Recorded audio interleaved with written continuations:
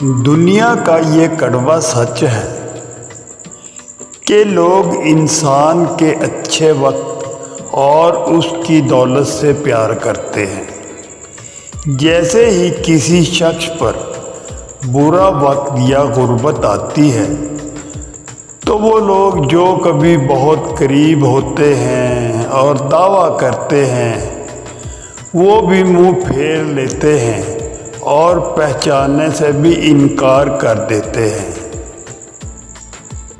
मियाँ मोहम्मद बख्श साहब फरमाते हैं, रोगा विचों रोग अनोखा, रोगा विचों रोग अनोखा, जिदा ना गरीबी है,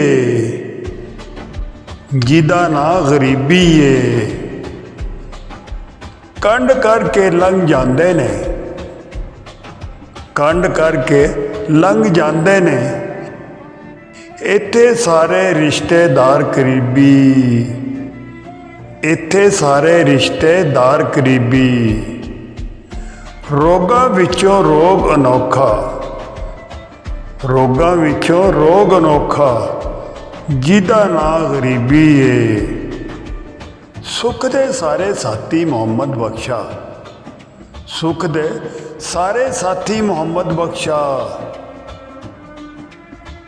दुख वेले दा कोई नहीं संगी साथी, दुख वेले दा कोई नहीं संगी साथी। रब ना ला के वेख बंदिया संगत, रब ना ला के वेख बंदिया संगत। जेड़ा तोड़ निभांदा है यारी, जेड़ा तोड़ निभांदा है यारी।